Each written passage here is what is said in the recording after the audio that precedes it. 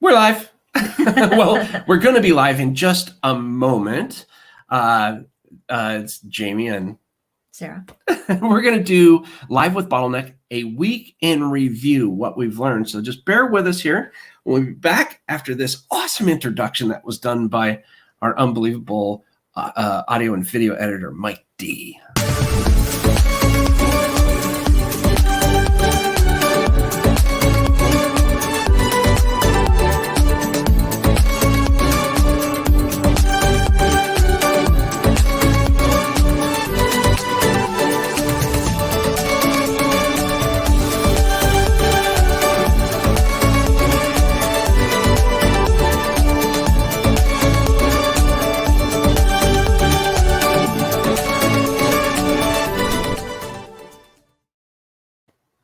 Hello. Hi. How's Hello. Today? We are excited today because it is Friday, what we call Hockey Friday. Hockey Friday. We get to play hockey every Friday, and we feel it's really important. When you work super hard, you have to find some time for yourself. Would you agree? Oh, absolutely. So every Friday, we get to play hockey at lunchtime, and we absolutely love it. And if anybody doesn't know this story, that's how we met. We met playing hockey, and it was a love at first fight. And hi, Michelle, how are you? Hey. So basically what we're going to be talking today is kind of what this is still the show Live with Bottleneck. Every Tuesday and Thursday at 2 p.m. Central, you can see me interviewing some incredible people that help stop the bottleneck in your business. That's the reason that we have them on there. And that's the reason kind of that we have this special edition. A lot of people really wanted to hear Sarah a lot more than me anyways. And so it's a good chance for us to kind of reflect on the week, talk about maybe some of the challenges that we've experienced, how we overcame those challenges, and then kind of what are we doing next week? And we thought that this might be kind of interesting. You kind of get an inside look into not only our business, but our lives, right? Like, what are we doing? Yeah. Yep. And how much I love this woman. She's amazing. There's a lot that goes on between life and business when you both work inside the house from home in the same business. There's challenges, but it's also very rewarding. It really is. It really is. If you want to learn more about our business, you can go to bottleneck.online to learn about that and see what we do there. We are the world's first dedicated distant assistant company. So while we are Bottleneck Virtual Assistants, we're kind of an anti-virtual assistant company. And I can't wait to talk to you more about that because I am happy to announce we are launching something on August 27th, Thursday, August 27th. We're going to be coming out and launching our new category, our new website, press release. All kinds of cool stuff is going on. And it's very scary for me to talk about that. As many of you know, when you create something and you say something, you better deliver. Mm-hmm. So we better deliver. We've got a lot of work ahead for that to happen. But if you ever want to reach out to us, send us an email, info@bottleneck.online or Sarah@bottleneck.online. No H. We are on LinkedIn, so you can go to Bottleneck Virtual Assistants there. We're also on Twitter @BottleneckVA. Where are we at on Instagram? I had Bottleneck Virtual Assistants. Yeah, so that's how you can get a hold of us. You can learn more about going to bottleneck.online. But again, August 27th, big day. We're super excited. We've been working all of COVID on what's happening on the 27th. So we're really excited about that. So a couple of things that we want to start off. We were initially going to do this big coach thing because we're big into hockey and all that stuff. And it's funny because there's coaches after the games, and they're not in the best moods when they don't win. And you get all these reporters asking them questions. Especially John Tortello. Tortello. Yeah. It's just funny seeing how. So we were going to kind of do that next week. Yeah. We're going to try and do that next week, but we're going to kind of we'll set it up to where we feel it's going to be kind of funny, but we're going to get people to ask us questions about Bottleneck, and we're going to answer like a coach that just lost a game. Yeah, it'll be fun. in a live press conference. So yeah, we're gonna have some fun with that. So I kind of wanted to go over a couple things today, and just share with you some of the good things that happened this week. So I had a couple of live events this week, and one I got to talk with Aaron Wexler. He's a former pro beach volleyball player, and the reason why I had him on live with Bottleneck is because he's a big fan, really, really cool, but he's also doing some really exciting things. Since COVID happened, he's done some things. He's reached out and started doing new things. He started to write a book.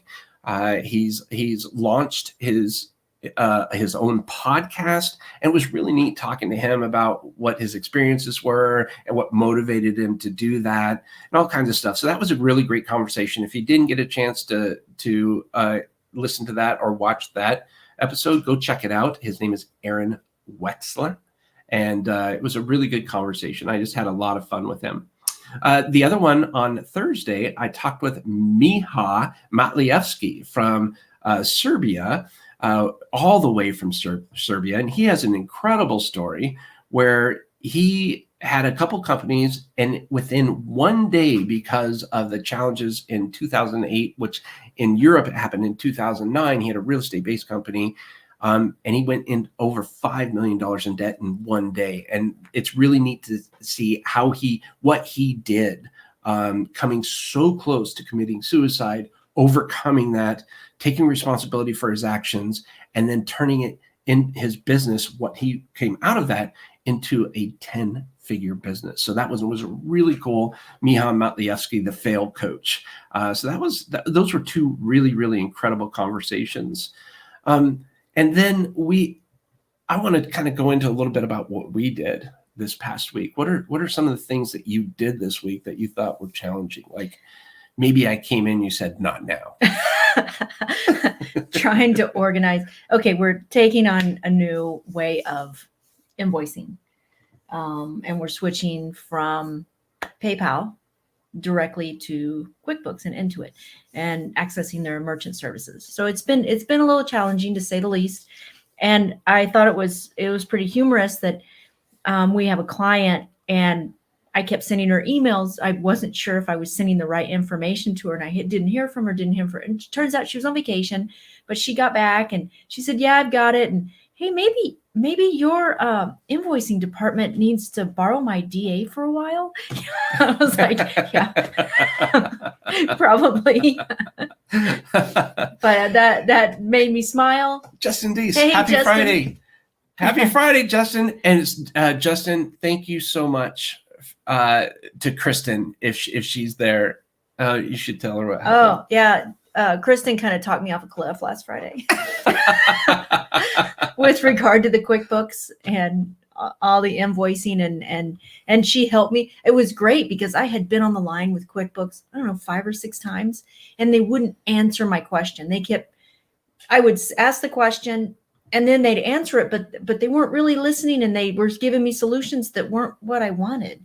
And so Kristen got on and we kind of talked through it, and she listened, and she's like, "Oh, well, let's go here." I'm like, "Exactly. Thank you." Yeah. So she's awesome. Yeah, it was good fun. So go back to your earlier story. You were talking about how we're making the transition. Yeah. We've done, I want to maybe say this right before Sarah takes over. There's 6 things that we have done since COVID first hit. We've completely redesigned the website. Mm-hmm. And it's really hard to do this live and remember all of them, but there were 6 things. We've completely redesigned the website. We're doing a client onboarding portal that's going to be helping a lot of people understand how to hire effectively.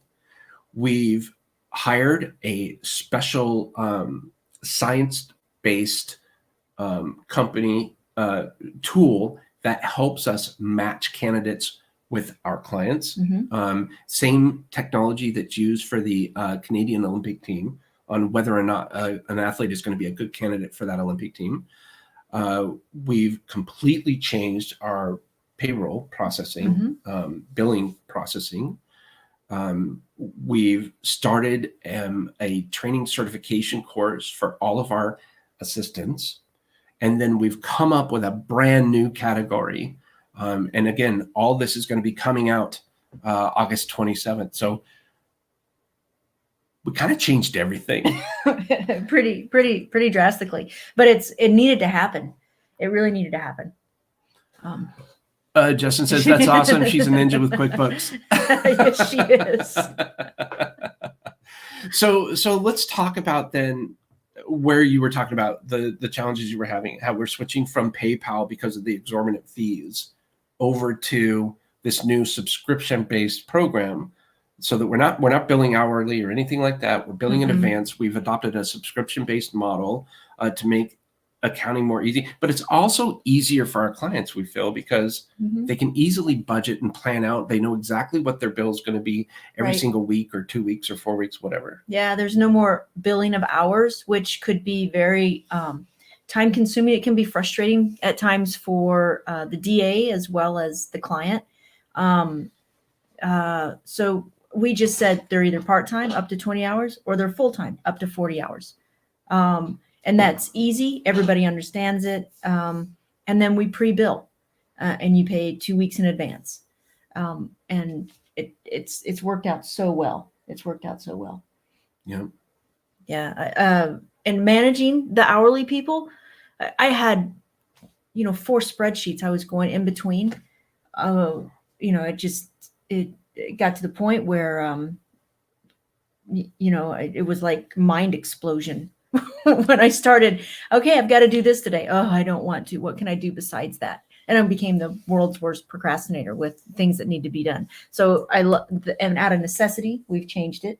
And not that we're getting a great rate through QuickBooks compared to PayPal. We're not, but we use QuickBooks. And since we are a client of QuickBooks, they're going to keep our money anyway. They keep it for a couple of days before you get it in your account, or you have to pay them a fee to get it sooner. I'm okay with that. But I didn't want to give it to PayPal and then use QuickBooks. I'll just give it to QuickBooks and we do all our bookkeeping through it. So I just thought it was a better situation for us. Yeah. So that was one of our challenges. Let me see. What did Justin say? I'd love to learn more about the service. I think we are ready for a VA, and like most people, we don't know where to start. Oh, awesome. See, that's awesome. You need me to come drive your boat, right? We'll explain it to you down in the beautiful waters of Florida. So be happy to tell you more about the service, but we said in the beginning in the week in review is we're going to talk about some of our challenges, some of the people we met, and then how we overcame those challenges, and then what's coming next. So we've outlined kind of a challenge that we had. It was our billing and all of that stuff. And to be honest, it was a nightmare. But what people will notice is I'm a pretty big systems and processes person. I'm not very good in the details. For some reason, I can just picture how things are going. Brian Crawford, he says, Justin, Jamie won't steer you wrong. Oh, Brian, you're the man. Yeah, I've known Justin for a little bit. I can't wait to help him out. And thank you for that, Brian. But one of the things that I wanted to say was that the challenges with the billing and all that stuff was kind of challenging, but we were growing and growing and growing. And I started identifying more friction points. And me being a big systems driven person, processes, i.e. workflows, things like that, we had to kind of tweak our model, and we had to find out where those friction points were. Once we've identified those, how do we fix or repair those friction points? Is it completely getting rid of our old CRM? That was another thing. And bringing in another CRM. So there were 7 things that we did during this downtime, and we did that. So we've adopted a new customer relationship management software solution to help us with the new updated workflow, so that we can now scale more effectively and efficiently and take care of more clients without as much work. And so we've automated as much as we can while still building a good personal relationship with each and every one of our clients and our distant assistants. So that was the good that came out of all of this. We were able to kind of take what our challenges were, fix those challenges to the best of our ability. And here's the thing: any system, any process, it's a living, breathing aspect of your business. What does that mean? It constantly needs nutrition. Just like a human being, we need to eat, we need to drink to stay alive. It's the same way with business. You need to keep fueling that business and infusing it with updated material, updated steps, updated technology, updated whatever, so that you're staying on the upside of any challenges that you may come into contact with. Our goal was, we took a huge hit, massive hit when this first happened. We thought, man, having remote-based workers, man, we're going to be okay. It was a little tough. It was a little tough. So what we did is we took that time, we reinvested in our company, and we're going to be one of those top 10%ers coming out on the other side of this COVID thing. The reason being is we're going to be a first in a lot of areas, because we've drilled down for the last 4.5 months, working unbelievable hours. Our team has been amazing in supporting us, but I want to let you know that that's part of the how we overcame these hurdles. We recognized those friction points. We put systems and processes in place in order to overcome those systems. And we're still tweaking on that. But as of August 27th, we are so excited to, launch everything we've been working on those past 4.5, 5 months, whatever it's been. Yeah. And Jamie, the friction points would be probably me possibly throwing some 4-letter words at my computer screen. He's like, that's a friction point. I don't want that. And if it's a friction point for me, it's going to be a friction point for other people. So how do we fix that? So we came up with ideas, and we looked through some different merchant services company and decided we tried them. It didn't work because we have Macs and not PCs. So we had to work through the systems, the processes, and the workflows. And by working through these workflows, I go step by step. Every time I click a button or navigate to another page, I am so detailed. And as I go through this, I'm like, oh, well, we could change this. Oh, well, this seems pretty inefficient. Let's try something else. And what I'm doing as I go through this, I'm setting up a workflow. And when I'm ready for somebody to replace me, I've just there's all the training information right there. It's like getting ready for a DA. It's fantastic. It's oh my gosh, it's like I'm so relieved when I get it done. Brian asked a question. He says, do you want to read it? How do you get to the point quickly where you were able to remove yourself from the details and let others take over those areas where they were stronger and you were not? Oh, that's a good question. Yeah, it is. Want to take it? So, well, no, I don't have anybody. As I was explaining, for me, it's taken me to go through each little systems and processes. So it's probably 2 weeks. It takes a good 2 weeks. I mean, it's hard work to get to that point, but once you do, it's like it's freedom. It's amazing. Well, I will say, Brian, that's a great question because I have to go back to Raina. So through a lot of this, as you can imagine, there's tons of research that has to happen. I need to have an area. I need to have some time. We brought Ben Clements on, and Ben Clements is our operations director, but he's also handled a lot of our onboarding consultations. And so that was able to free a lot of stuff and get that off my plate. So I could focus on, what's a good referral program software? What can we do? How do I arrange the client onboarding LMS, learning management system? And then I had to go and research the different LMSs.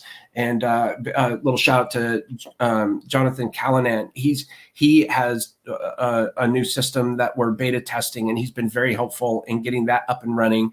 And basically what we're doing is be able to give him the content, and he builds it all out for us. We're not having to do all that. Raina handles my emails and looks at my calendar and does all of that stuff. So it's taken a lot of that busy work off of there. And you said, how did I get to the point quickly? It wasn't really quickly. This was over time.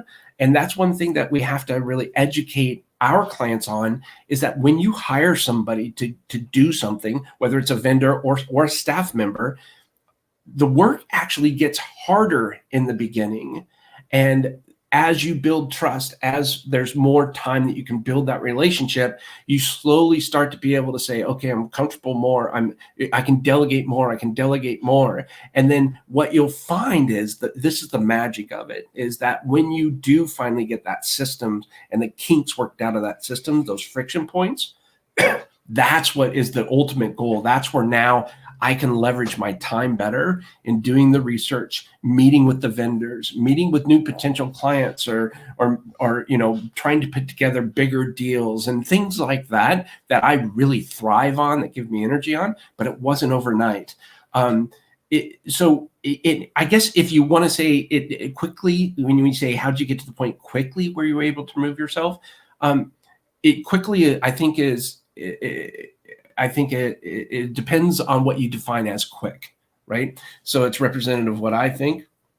So in the grand scheme of things, 4 months, yeah, it's probably pretty quick time. Mm-hmm. But 4 months is 4 months, mm-hmm. right? So it's not easy, and for us, it's been a long time, like a lot of work, and from March, third week of March to mm-hmm.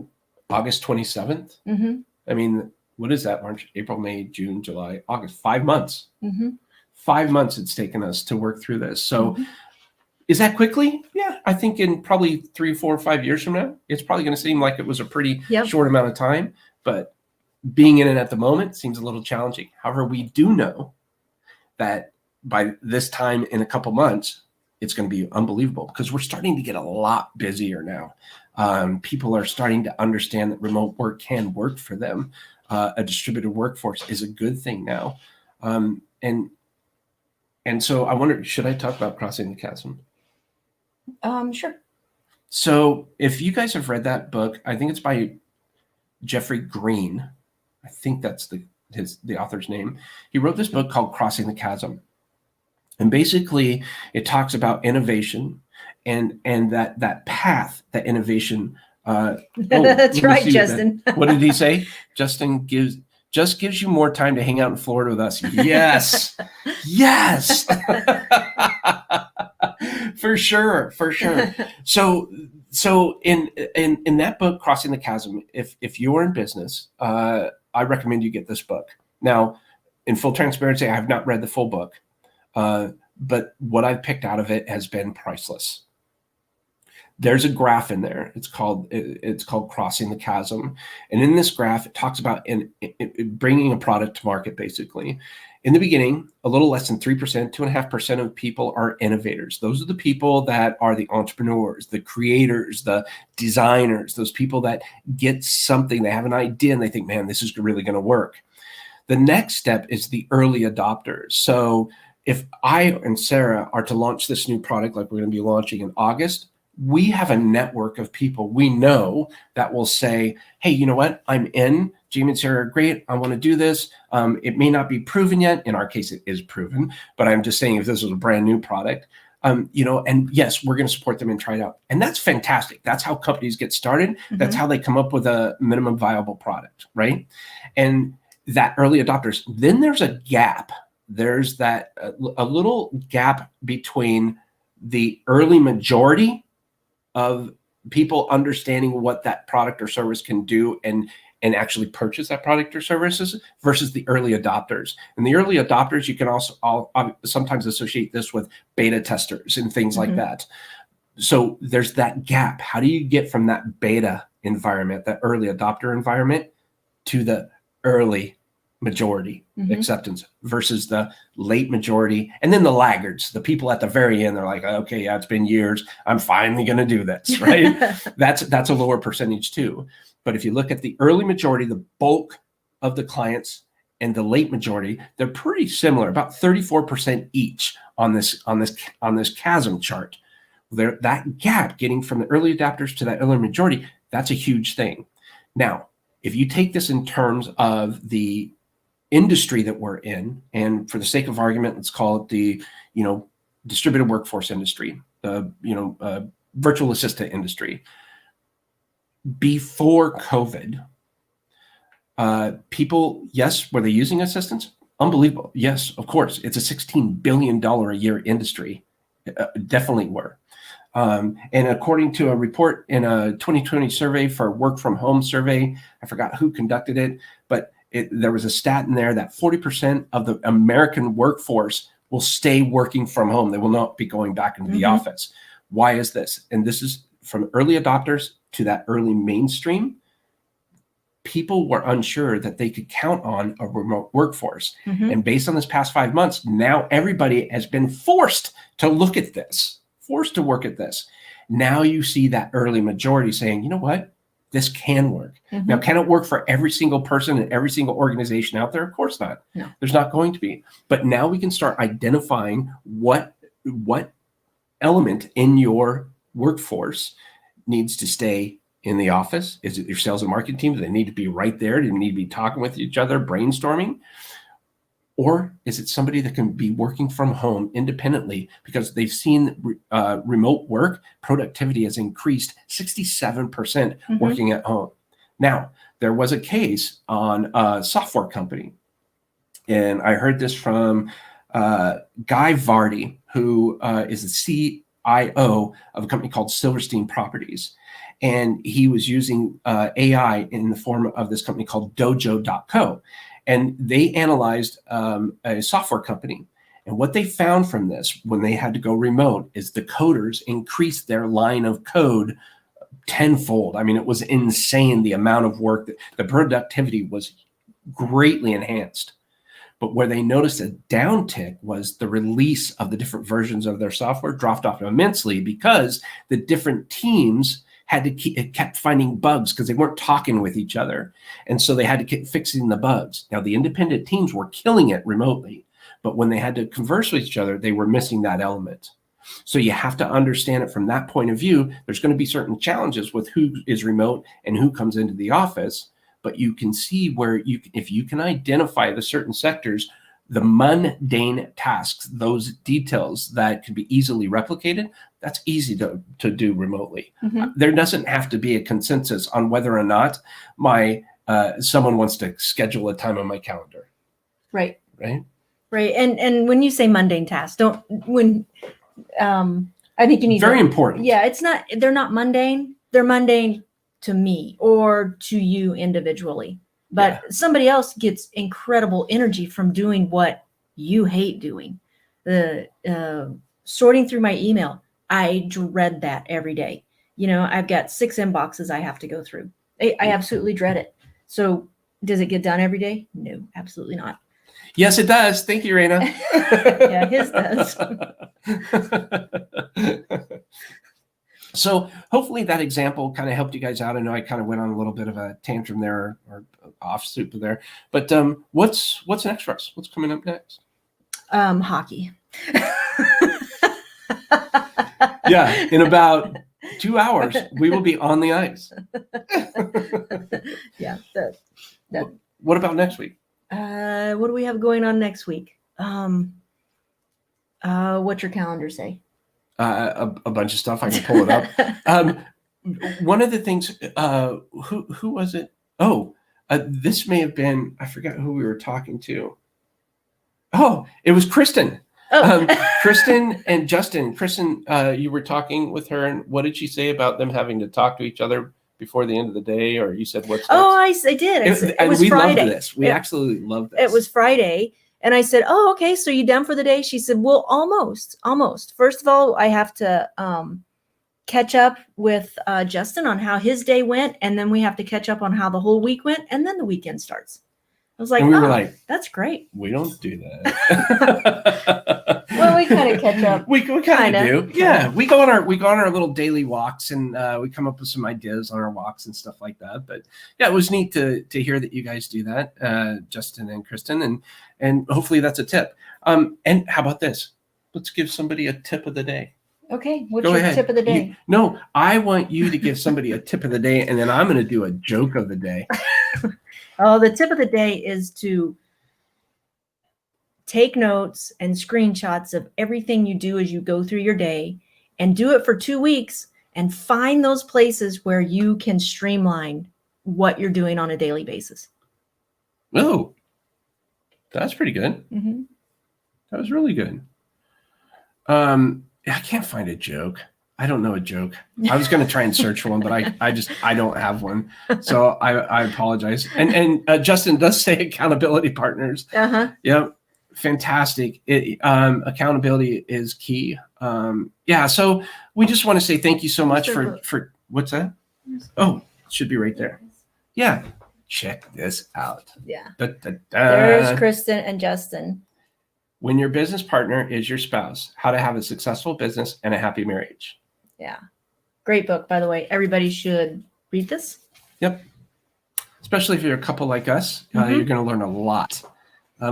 Even if it's stuff that you don't realize, it's helpful reminders that you already know. It's just helpful reminders. Thank you to Justin and Kristen Dees for all of your help and your support. Even though you don't know, you've given us support you have through your book. So thank you very much. For everybody else out there, if you have any questions, please feel free to reach out to us anytime. Justin says, thanks for the shout out. You deserve it. And that just gave me a great marketing idea too, Justin. I'm going to have to send you an email on that. Oh, there you go. So this has been a week in review with Jamie, Jay, myself, and Sarah. And we're so blessed to have one another and work together. We have a lot of fun. There's a lot of challenges, but we are just super blessed to be able to be in a position like this and share what we go through on a weekly basis.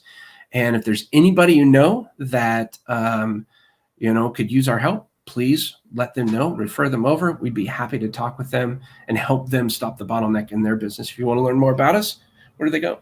Bottleneck.online. You can email me, Sarah, no H, at bottleneck.online. I'm glad just to talk and just if you want some help or if I can help you with some workflows, just shoot me a line. I'd love to help you and share with you what I use, what tools I use.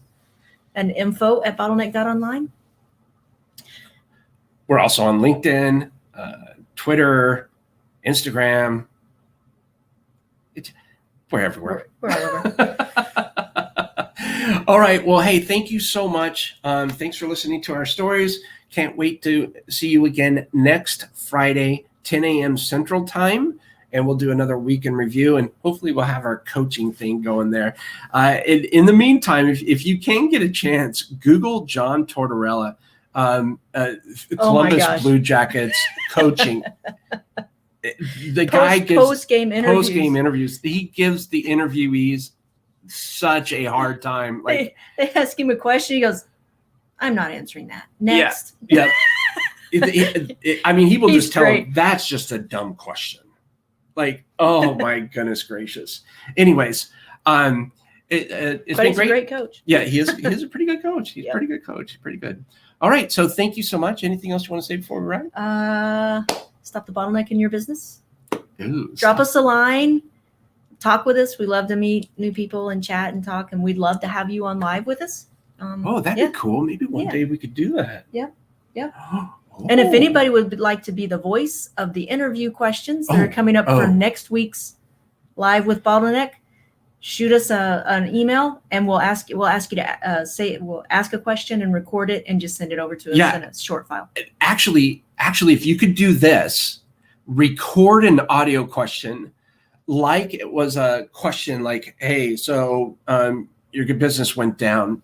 What do you think about that? Yeah. Something crazy like that, because we want to have a lot of fun. So if you want to send us an audio of a question you would like us to answer about our business, no holes barred, completely vulnerable.